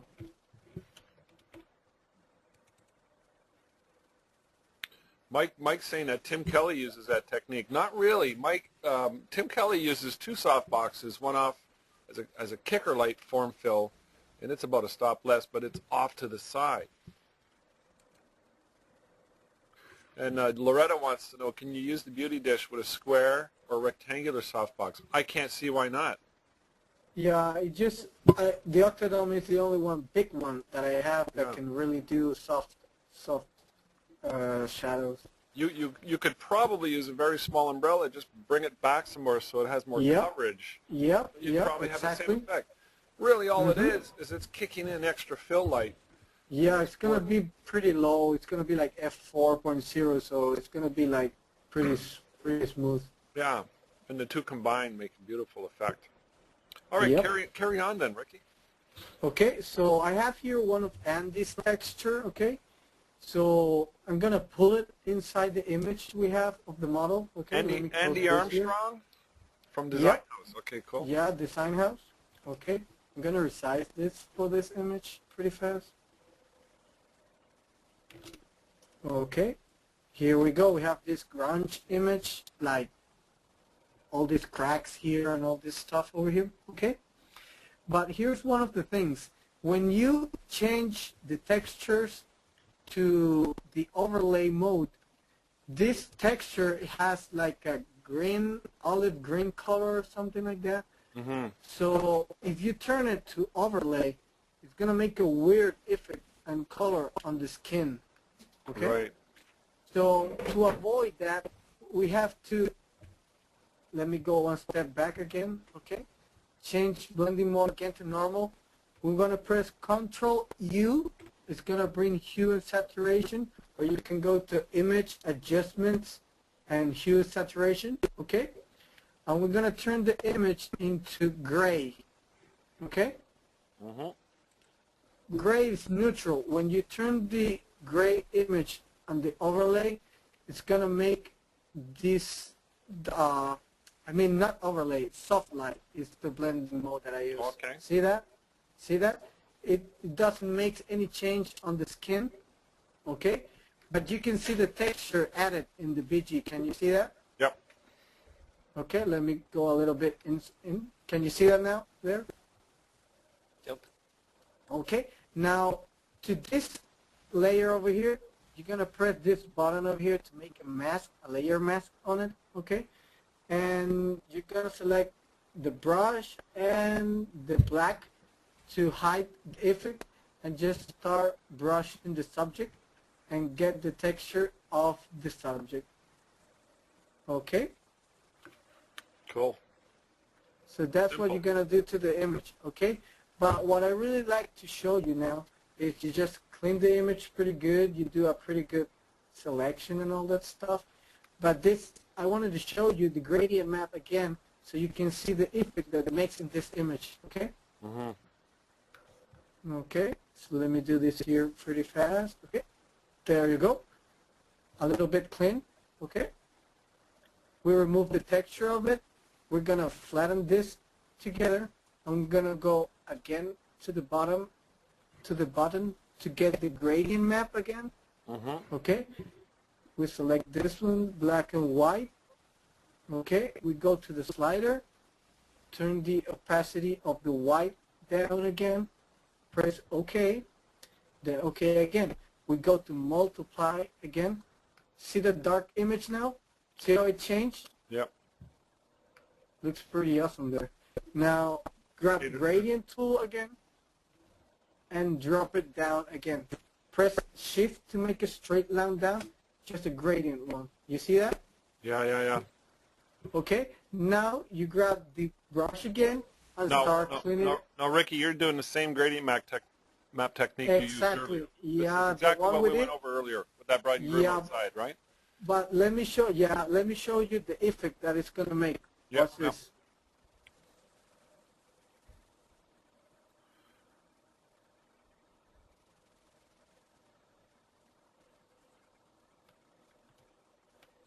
Can you see that there now?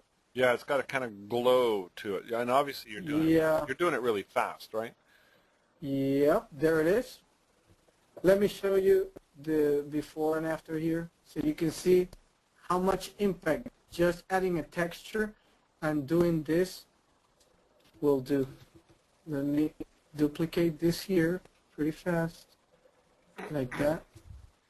Okay, I go here to history, stock image, pull this one here.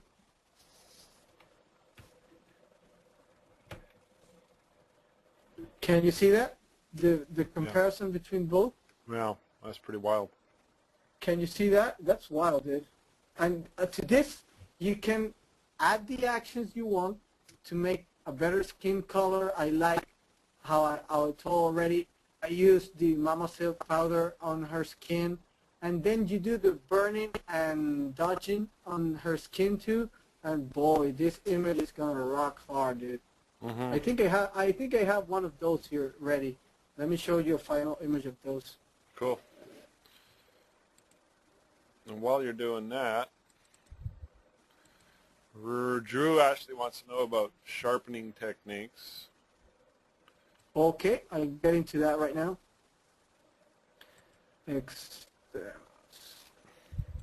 Let me show you this. Watch. This is one of the finished images Allison saying, with the dodging and burning. Can you see that there? With the Okay, hold dodging on. and burning. You gotta wait. Oh yeah, nice. Holy jeez. See, that's a pretty good image. It's pretty sick. Okay, and the tones are beautiful in there. So that's what Mama Sean's silk action. yeah, I love her actions, man. They're pretty good to make. Like when I'm gonna do big prints, you know, it's not the same to do like a full workflow for an image that's gonna be printed like for postal only size. Right. And when it's gonna be done for big prints. But when I do the big prints images, I did one image of Julie Kaler, and boy, that image changed a lot, dude. Let me see if I can pull it. And we never posted this image, I think. Hey, Ricky, Before. Ron Sullivan wants to know the size of the lights made by Alien Bees. It's the 400, 800, 1600. Which ones do you use? The size of what? The Alien Bee lights you have. Oh, they're all 800, AB Okay. 800s, Okay. all of them. I have 800s and 400s in my studio. Excellent lights. I never have a problem with them. Never. Yeah. Never Well, changed a bulb yet. I remember that Yuli's image won the picture of the month. You guys remember one? The one of the girl in the rail trains, Do you train mean- rails. Julie? Yeah, from the forum. Yeah. I can't remember, but Yeah, we worked for that image, and boy, for the first image that she shot, the shot that she posted, it was a rocking image, dude. Yeah, the train it just track. pulled. Yeah, it just pulled my eyes to the image. I mean, I was like, I All right. even PM her All right. to lend me one of Ruth. her images today. everyone's saying it's Ruth's image. It wasn't Julie's. Oh, it's Ruth's image. Okay. Yeah, Ruth's image. Yep. And boy, that image was really, really good. I spent like 2 hours, 3 hours playing with that. And it has the same things you have seen in this image. It has the gradient map, has the Dodge and Burn, has Mama Sean's powders. Yeah. But like that image was pretty good.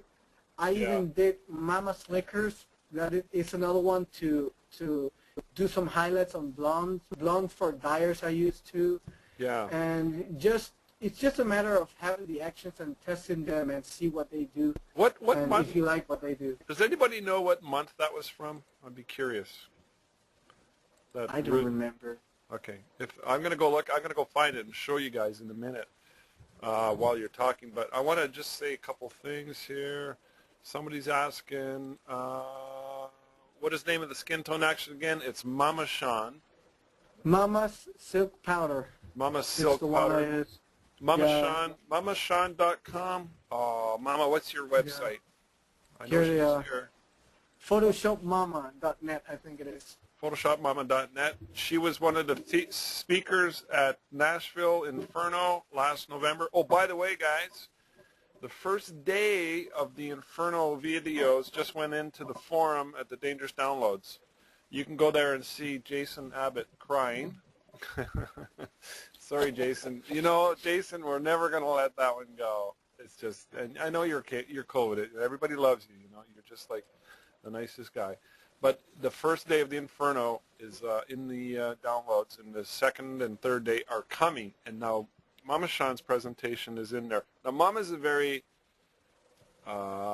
technical. She's like got this incredible mix of, if you talk to her and get to know her, she's just one of the smartest people I've ever met. Plus, she's also one of the most creative people. She's not like left brain, right brain. She's both. And she, when she goes and gets a program, she just doesn't learn the basics. She masters the program inside out, and she never sleeps. And she's created all these tutorials and actions, and they're just absolutely some of the most incredible things I've ever seen. So anyways. Ruth's image is October 2008. Yep. All right. Later on, I'll show that to you guys when we switch screens here, just so you know. Oh, there it is. Okay. Oh, that is a cool image. I see it. I see what you mean. So on that image, by the way, you can all, if you're online, go to the WSPhotosuccess.com, and on the bottom, click on Newsletter Archive, and you'll see where Riff just mentioned October 2008, and there's that photo of the month that we're talking about in Ruth's image. That's really, really well done. Yep. We'll have to get Ruth on here doing a webinar telling us how she lit that and everything. So that image there is, you're using the same techniques that you're talking about now, Ricky?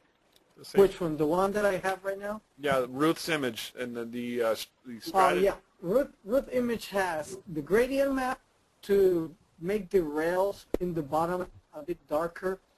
It has punch light action for the skin. It has Mama Sean spotter. It has the slickers for the blonde hair. Yeah. The facial enhancement for the eyes. Lipstick from Mama Shop's too. Yeah. And I mixed. You see the sky that it's like oranges. I use one of Andy's action to do that effect. Wow. There. Well, you really worked it. That's cool. Tabitha Yeah, it has a lot of work. Tabitha wants to know which pack it's in. I looked at Mama Sean's site. You know what? I'm going to probably... I have it here. It's Mama Studio Portrait Pack. Okay, there you go. There it is. It has all the action except the eyelashes. I think they come separately. All right, so that's the silk, Mama Sean silk that you Powder, like. Silk powder. Yeah. Cool. And this image that you see right now here, can you see that one? Yep.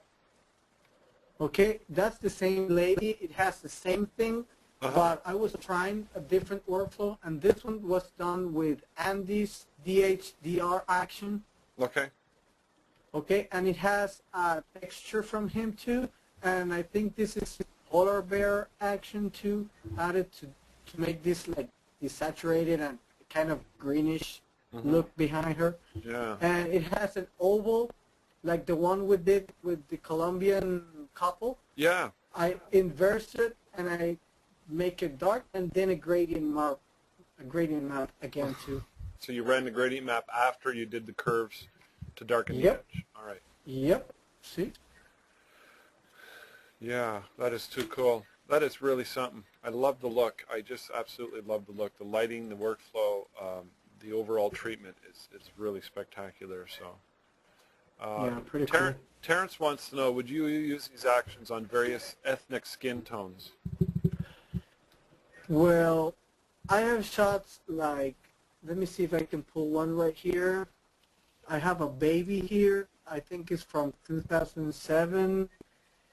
He's around here somewhere. He has like darker skin, and I use exactly the same ones. The only thing is that when I do the adjustment curves layers, sometimes I have to pull all the highlights. I have to pull it a little bit higher and not too much darker. That's the only. Yeah. Okay. No, I don't remember where I have that one. Robert Brown wants to know, who is the 19-year-old photographer from Toronto? That's Joey. What's his name again? Lawrence. Joey Lawrence. Joey Lawrence. Joe Lawrence? Joey Lawrence? I believe he did the picture of the movie poster for the movie Twilight as well. Yep. Which is an image that I just always found it so captivating. And I thought, you know, geez, I'd love to mimic that pose, that lighting. JoeyL.com, is that it? Yeah, joel.com, and from there you can jump to his blog. I think he's See got that? Man, that is amazing. yeah. So that's a beauty dish, or a smoctodome outside. This one is a softbox, but let me show you pretty fast. An image he has here from the Ethiopia traveling. By the way, I just finished watching Annie Leibovitz's video. There's a DVD out on her. I think it's a couple of years old. It's amazing. And I finished her book as well. I know there's some of you guys I was talking to in Las Vegas are reading her book as well. I highly recommend you read her stuff. It's just top-notch. She uses a lot of soft boxes outside, probably always. It's very simple, but she does more to it to somehow capture such a cool expression, and I don't know, there's a magic quality to her work. And I think Joey's got the same thing. All right, so that image you have on there, Ricky. Yeah, that's from his trip to Ethiopia. But I'm trying to get one that it's really amazing, dude. Let me show you pretty fast. I think it's one of the last images. All right, my cousin Mike is not going to let me go on this one. He hates that movie, The Notebook, and I happened to mention in one of my interviews that I liked it. You know. So, Mike, I'm going to cut you off now. Say bye.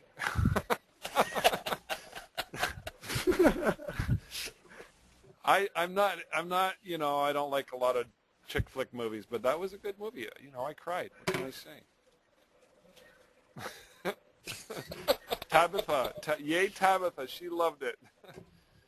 Martha's asking if you're using Photoshop CS4 already. No, I think a bunch of the actions that we have are not supported by CS4. Jason says he cried too when he watched The Notebook.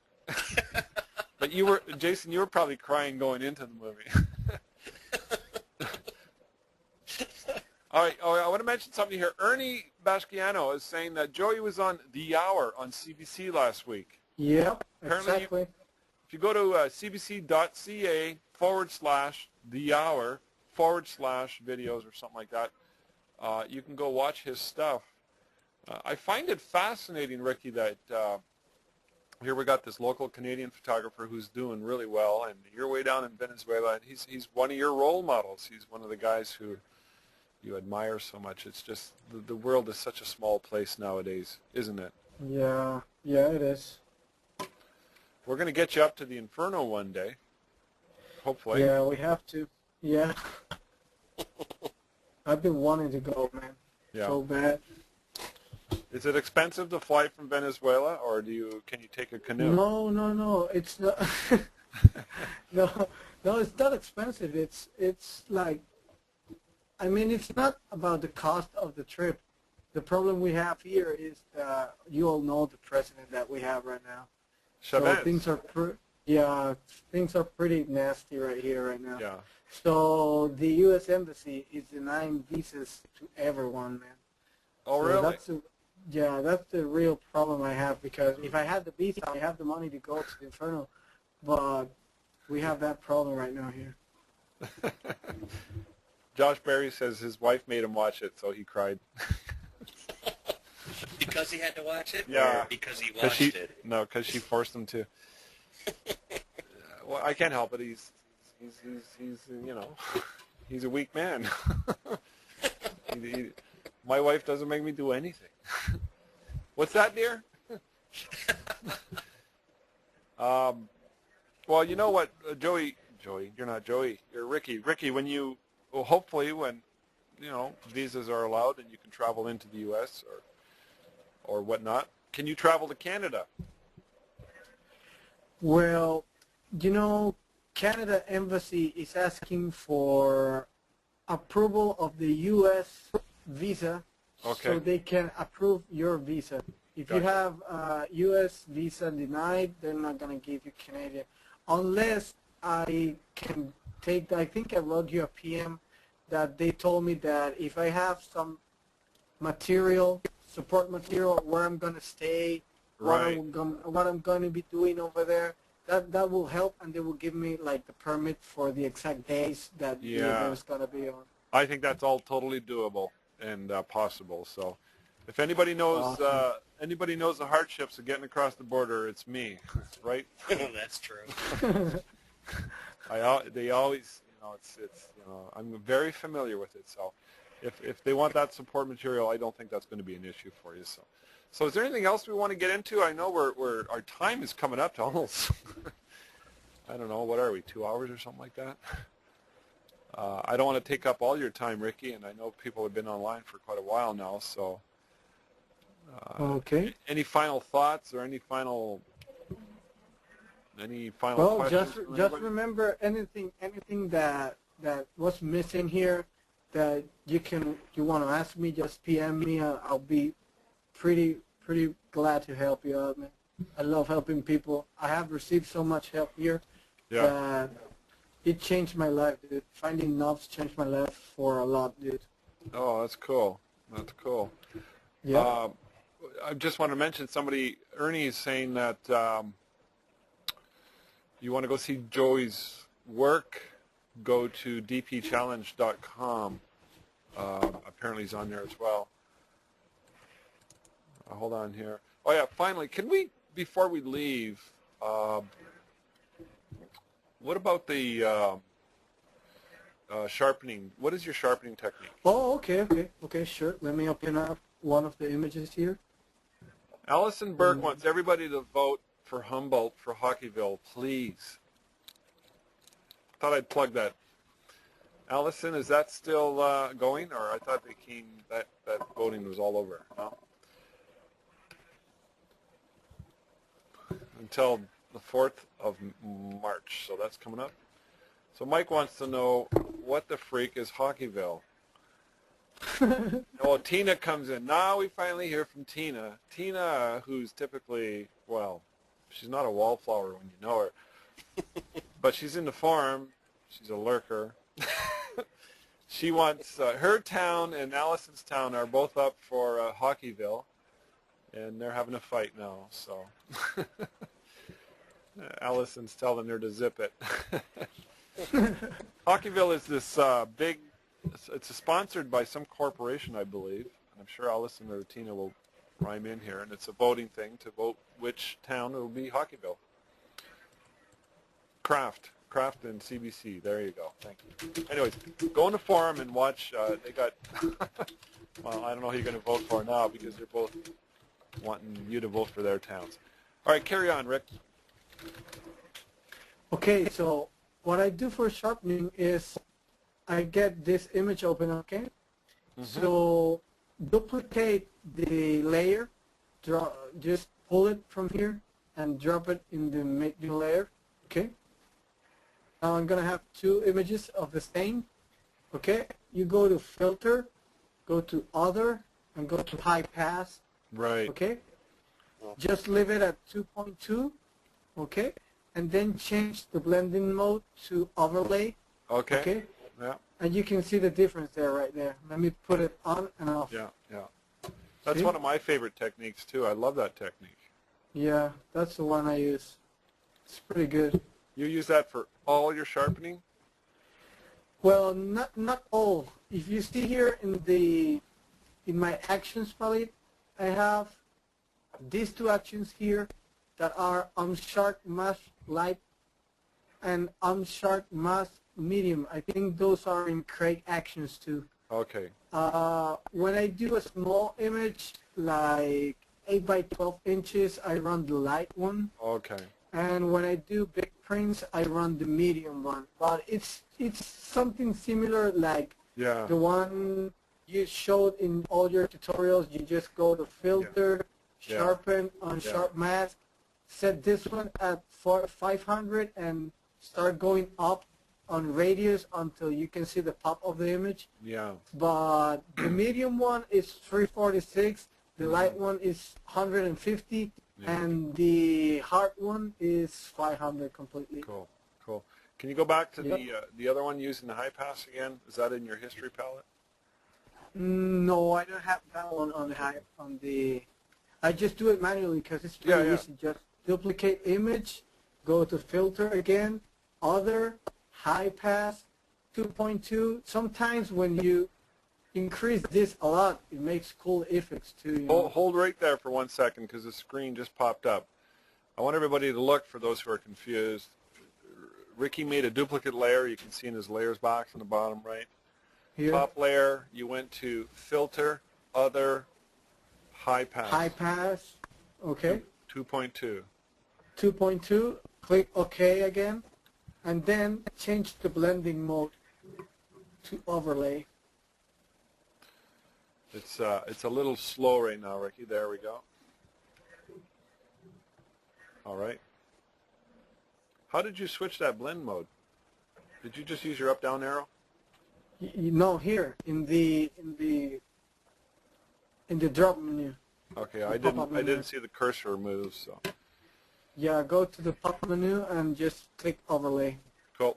There you go. Simple enough, and it's very effective. Yep, it pops up the subject pretty good. So we're That's getting a for lot. the high pass. Ricky, we're getting a lot of people who are saying thank you. that they learned a lot, and a lot of people are saying that you rock. Cool. I want to thank you, muchas gracias, for your time. Yeah, And, me too. We could probably go on for a couple more hours. You seem to have a wealth of practical Photoshop techniques and lighting and whatnot. So, but again, you have a strong presence on the forum. Your images totally blow me away. You got a high, DB factor. You know what that means? When you look at him, you go, that dirty bum. You just want to be like him. Right, Sean? There's other variations on the DB. You don't always have to. Yeah, yes. But it's a genuine thing that people feel, and it drives me and a lot of people to be a better photographer. And I find that the more I share, and I'm sure you would agree with me, Ricky, that you share and you find that you get a lot out of it from sharing too. And that's really a large part of what No BS has been all about since day one. Yeah, exactly. We're always open. Yeah. It's almost like you give, you get back. I don't know. Yep, you give and you receive. Yes, exactly. Yeah. Just a minute here. I'm getting more questions. Yeah, everyone's saying thank you. If anybody has ideas for webinars, I know I mentioned this last time, or if anybody wants to do a webinar, send me an email. I'd love to hear from you, and don't be shy. You might have something to offer, and I want to hear from you. So we got more coming up down the road. James wants to do them every Monday, and I'm like, yeah, okay, maybe every 2 weeks. There's all kinds of topics that we can cover, and it's going to evolve over time. I'd love to get Mark Rideout. He's our newest member. He just signed up. Go to rideoutphotography.com and look at Mark's work. It's absolutely amazing. Is that Buckethead? That's Buckethead, yeah. Bucket. That's Buckethead. Yeah. I told you, he's not right in the head. Did you see his intro post on the? I read that. It's crazy. And then I've got Jocko from South Africa lined up. We've been communicating, and I know a lot of people are anxious to see what he has to say as well. But Ricky, I want to thank you in particular for taking the time out and No problem. announce your wedding date. I don't know. If you need a photographer, man, I mean, geez, we'll be there. Yeah. I wanted to make a post the other day too. Maybe I can say it here. My sister is getting married in June, around the 20th of June, and she's getting married in Casey Keys near Tampa. She needs a photographer, so we can hear options for her. Okay. If anyone wants to pop in to do her wedding. Tampa, Florida, right near Tampa, Florida. Yeah, Casey Keys. Are you going to be there? No, I can't. I don't have visa. My dad has. My brother has. I'm the only one that has it. The visa expired. Oh, okay. All right. We're done. And, okay. Muchas gracias again. Adios, amigos. De You're nada. a good man. We're really happy you're a member of the forum. And Thank you. We're really happy that you were here for us tonight, and really appreciate your time, Ricky. You rock. Okay. Appreciate it. We'll see you online. Thanks again. Okay. Bye.